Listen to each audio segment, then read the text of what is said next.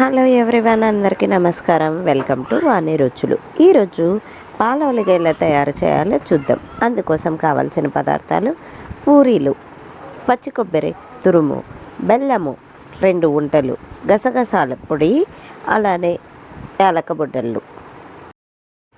ముందుగా ఒక గిన్నెను తీసుకొని గిన్నెలో తగినన్ని నీళ్లను పోసుకొని బెల్లంను దంచి అందులో వేయాలి.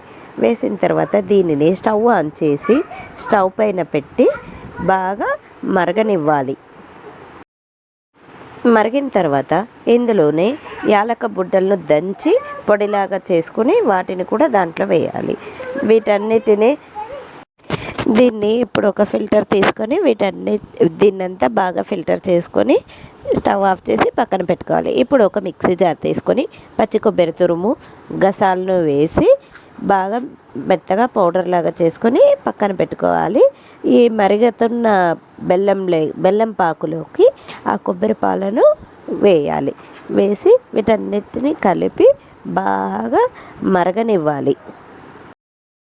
ఇప్పుడు ముందుగా రెడీ చేసి పెట్టుకున్న పూరీలను ఇందులో డిప్ చేసి తీసుకోవాలి. అంతే అండి, వేడిగా కొబ్బరి పాలు ఓలిగా sweet ready. Please like and subscribe my channel for more updates.